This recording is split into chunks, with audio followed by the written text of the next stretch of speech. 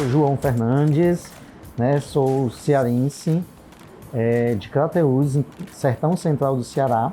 Estou aqui no Amazonas nesse ano de 2021, completo 18 anos. Então, a maioridade, né, de ser amazônico. Desde os 12 faço teatro e desde então, né, vivo nesse universo artístico, profissional, artisticamente. Então, assim, sempre foi minha profissão esse lugar das artes. Ainda quando aluno, quando eu fui fazer o segundo grau, né, eu queria fazer vestibular naquela época. Somos uma família de 8 e só eu segui a carreira, né, dentro dessa coisa de fazer faculdade. Na minha cidade tinha uma coisa de jogos estudantis que era muito forte, né? Então tinha vários jogos e uma das questões era os jogos começaram a ter atividades culturais. Então as escolas particulares procuravam, naquela época, atletas para dar bolsa e essas pessoas estudavam de graça e defendiam a escola nos jogos. As escolas também começaram a procurar artistas para dar bolsa de estudo para a gente participar. Então, assim, eu fiz meu segundo grau numa escola particular porque eu tinha uma bolsa de estudo por ser artista. Ao invés de minha família ter que juntar uma grana para pagar uma escola particular, eu mesmo já, ali de 15 a 17 anos, eu já fiz isso pela minha vocação de estar inserido no meio artístico. Então, assim, mas minha mãe já entendia que era uma função minha enquanto profissão. Aqui em Manaus, formo, né, em dança em 2009. Um dos projetos meus dentro da universidade, né, foi o Mova-se. Era um projeto meio de uma disciplina e eu pensei, todo mundo tinha que fazer um projeto de alguma coisa. Então eu criei ali um esboço do que seria o Mova-se. Ao sair da universidade, eu digo, acho que eu preciso concretizar um projeto para validar, talvez, o que eu tenha aprendido. E aí, então, o Mova-se, né, é esse primeiro projeto que eu realizo, que seria para a população mesmo, me apresentar como pessoa, como gestor, como um fomentador das artes. Né, na universidade, quando eu fui aluno do curso de dança, quando foi para criar o curso de teatro, eu fui uma das pessoas que participei da criação do curso de teatro da UEA. Depois eu participei da criação do curso de audiovisual da UEA. Criei a pós-graduação em gestão e produção cultural, também na UEA. Então, assim, uma coisa que eu nunca quis foi guardar a informação para mim. O Casarão é também isso, né?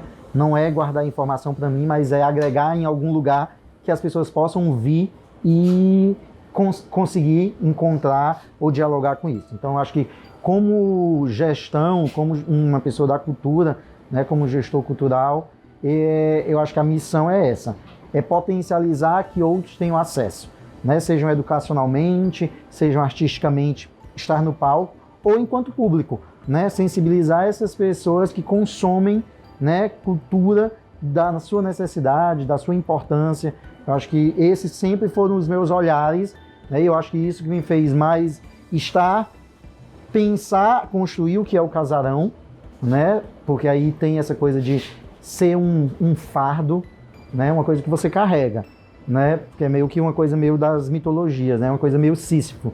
Todo dia aquela pedra desce, você tem que pegar lá embaixo da montanha e jogar lá na ponta, e cai tudo de novo. E assim, eu acho que esse trabalho, na verdade, muitas vezes é exaustivo, é cansativo, e aí passa a ser um trabalho de seleção natural, né? Muitos podem gostar de cultura, podem pensar em gestão, mas quando essas práticas se repetem, de muitas vezes você não saber qual é o seu orçamento do mês seguinte, como você vai manter uma estrutura aberta, foi fazendo muita gente ir para outros caminhos. Então, o Casarão, né, ele surge de uma forma bem despretensiosa. Monto um grupo chamado Companhia de Ideias, que vem antes do Casarão. Né? A Companhia de Ideias é uma companhia que fez alguns espetáculos de teatro e dança, onde eu vou me agregando com pessoas que eu conheci na universidade, que eram artistas, e a gente vai encontrando afinidades e vamos montando. E aí esse grupo foi selecionado para alguns editais, a gente viajou toda a região norte pelo Sesc Amazônia das Artes, apresentando, e aí a gente foi construindo e foi se solidificando enquanto movimento cultural aqui na cidade. Eu alugo uma casa, que não é esse que a gente está agora, né, na Monsenhor Coutinho, para ser a sede da minha companhia. e um escritório para receber um patrocínio, receber alguém, não sei, na minha casa, não sei, né, vamos marcar em tal lugar, porque eu não tinha. Então o Casarão surge, mas claro, já tinha uma visão empreendedora quando eu penso dessa forma. E aí o Casarão começa a servir pra gente enquanto ensaio, reunião, e depois os artistas da cidade que não tinham sede começam a perceber no Casarão uma possibilidade de um espaço para utilização. Então eu começo de forma natural, as pessoas, deixa eu ensaiar, posso usar? E no início teatro, né? Teatro, e aí depois quando a gente começa a trabalhar dança, começa a surgir dança, e aí outros artistas. Aí vem o pessoal da fotografia, pô, aqui seria bom a exposição, deixa a gente fazer. Ok. Aí alguém diz assim, poxa, João, faz tanto tempo que não tem um cineclube, vamos fazer um dia no Casarão? Então assim, você vai agregando despretensiosamente pessoas, porque as pessoas vão percebendo no espaço uma colisão de possibilidades. Então o Casarão, e aí eu começo a entender que o Casarão deixava de ser eu, João, meu, né? O Casarão deixava de ser isso e passava a ser da cidade. Chegando em 2016, foi uma crise econômica que o país atravessou, foi o fim dos editais a nível de Funarte, foi aquela transição de acabar o ministério, fica MINC, fora MINC, né? E eu percebi que, né? E aí foi meu olhar de gestor. Eu entendi que se eu não me potencializasse enquanto empreendedor, eu deixaria de existir. Porque quando o Casarão surge em 2010, surgem também diversos outros agrupamentos e coletivos de pessoas na cidade, né? Vários espaços culturais alternativos também abriram. E quando eu faço essa percepção em 2016, muitos daqueles espaços começavam a acabar, né? Pelo pensamento mesmo de gestão. Então eu venho para esse espaço, que é hoje o Casarão, aqui na Rua Barroso, só que eu não poderia vir igual o que eu era no Casarão antigo.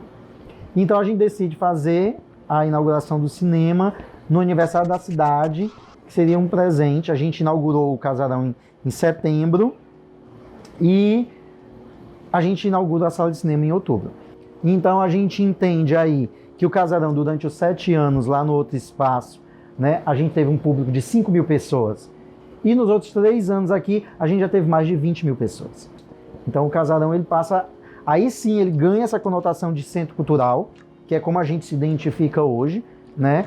O Casarão, dentro dessa ideia, ele tem o nosso espaço físico e a gente tem alguns projetos que não necessariamente acontecem aqui. Então, assim, como é um espaço independente, né, a gente foi também meio que se capacitando para poder atender outras demandas, se fosse necessário, economicamente, conseguir se manter.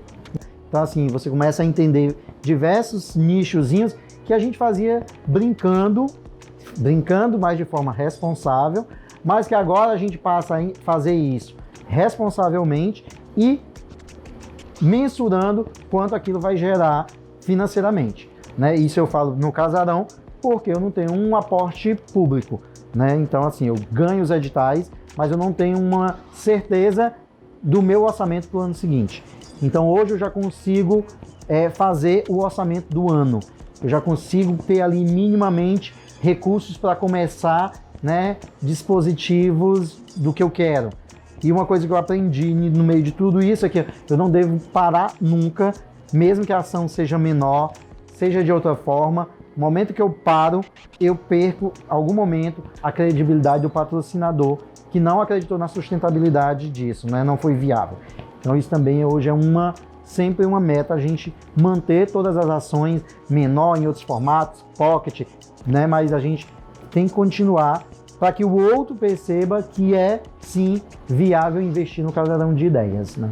Mas a gente, sim, tem esse caráter de empresa, porque a gente emprega pessoas, né? A gente tem uma relação financeira, então, para a gente não tem como eu pensar que isso aqui pode acabar. Não, a gente vai ter todo um legado, e esse legado tem que ser administrativamente ainda viável por muito tempo, né?